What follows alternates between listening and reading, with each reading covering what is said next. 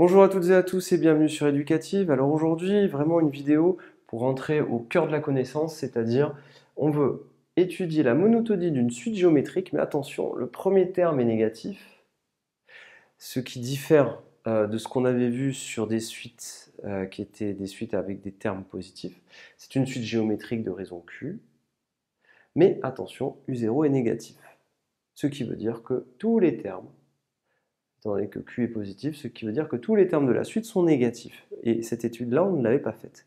Alors pourquoi est-ce qu'on va faire une démonstration spécifique ici? Parce que vous avez vu une vidéo précédemment qui disait « Ah, pour étudier le sens de variation d'une suite, c'est très simple, on calcule un plus 1 sur un.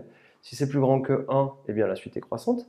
Si un plus 1 sur un est plus petit que 1, la suite est décroissante. » Mais attention, il fallait absolument que les termes de la suite soient positifs. Et ici, ce n'est pas le cas. Donc, on ne peut pas appliquer ce critère-là. Et c'est pour ça qu'on fait une vidéo spéciale, exprès pour ça. Donc ici, qu'est-ce qu'on va faire pour étudier le sens de variation de la suite? On va calculer un plus 1 moins un. Et on va essayer de déterminer son signe. On calcule un plus 1 moins un. On l'écrit. Alors, un plus 1, c'est U0 fois Q exposant n plus 1. Vous savez, c'était la formule qu'on avait vue, un égale U0 fois Q puissance n. Donc, je l'ai adapté et j'ai calculé un plus 1 moins un. J'obtiens cette quantité-là. Maintenant, je ne perds pas de vue ce que je cherche. Rappelez-vous, sur Educative, on a toujours une seule et unique idée en tête. Qu'est-ce que j'ai? Qu'est-ce que je veux prouver? Et vous essayez de faire le pont entre ce que vous avez et ce que vous voulez prouver en utilisant des définitions et des propriétés. Qu'est-ce que vous allez faire ici? Vous cherchez le signe. Pour avoir le signe d'une quantité, rappelez-vous, il faut avoir un produit. Rappelez-vous bien de cette histoire. Quand vous avez un plus et un moins, et que un nombre positif multiplié par un nombre négatif, vous avez le signe, c'est moins.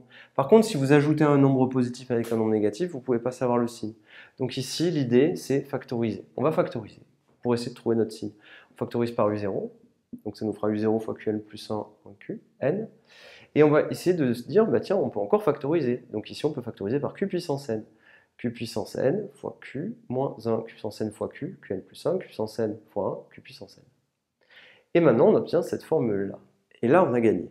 Pourquoi? Parce qu'on connaît parfaitement tous les signes qui sont là. Donc on va faire une petite discussion. Je vous rappelle que Q est strictement positif.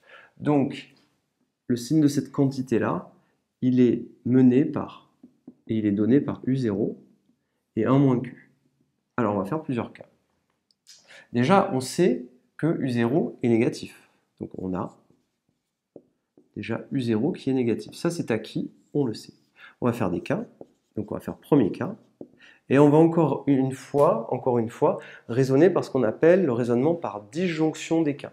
Alors sur Educative, vraiment, on va au bout des choses. Donc je vous dis des choses que peut-être le professeur ne dirait pas par manque de temps. Non pas qu'il ne le sait pas, mais par manque de temps, on ne peut pas forcément tout dire. Donc là, on va raisonner par disjonction des cas. Et oui, Q est positif, donc on va faire plusieurs cas. Alors, premier cas, eh bien, on va faire le cas si Q est égal à 1. Et oui, si Q est égal à 1, qu'est-ce qui se passe? 1 moins 1, ça fait 0.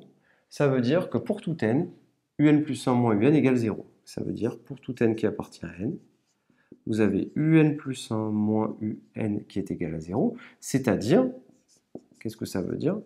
Ça veut dire que pour tout n appartenant à n, un plus 1 est égal à un.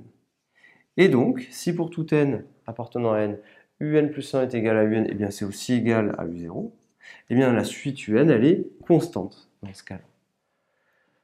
Le premier cas est réglé. On va regarder le deuxième cas. Qu'est-ce qui se passe si Q est strictement plus grand que 1?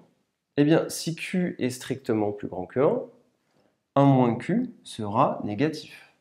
U0 est négatif. Q puissance n est positif. Donc on aura moins, plus, moins. Au final, moins et moins, ça fait plus, puisqu'on a affaire à des produits. Donc on aura un plus 1 moins un, qui sera, du coup, positif. D'accord, je répète, hein, U0 est négatif, 1 moins Q est négatif, hein, puisque Q est plus grand que 1. Q puissance n est positif, moins multiplié par moins, ça fait plus, le produit de deux nombres négatifs est positif. Un plus 1 moins un est positif, ça veut dire quoi? Ça veut dire que un plus 1 est toujours plus grand que un. Si vous vous en souvenez plus, ça veut dire que si vous faites un petit schéma, là vous avez un, Là, vous avez un plus 1, et donc vous avez affaire à une suite qui est croissante. Donc ici, vous pouvez l'écrire un est croissante. Vous pouvez même dire qu'elle est strictement croissante, hein, puisque vous avez supérieur strict. Alors, maintenant, on va faire la dernière partie, mais qu'est-ce qui se passe si jamais Q est compris entre 0 et 1? N'oubliez pas, hein, Q compris entre 0 et 1. Eh bien, cette quantité-là, 1 moins Q, elle sera positive. Q puissance n, c'est positif. U0 est négatif. On aura donc un plus 1 moins un qui sera négatif. Et évidemment, eh bien, on aura un plus 1 moins un négatif. La suite un sera décroissante. Je vais l'écrire, un est décroissante.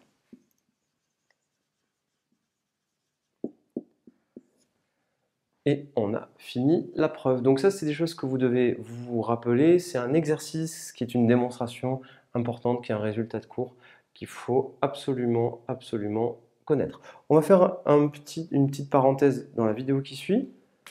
Qu'est-ce qui se passe si Q est négatif? Et voilà. Je vous remercie et à très bientôt.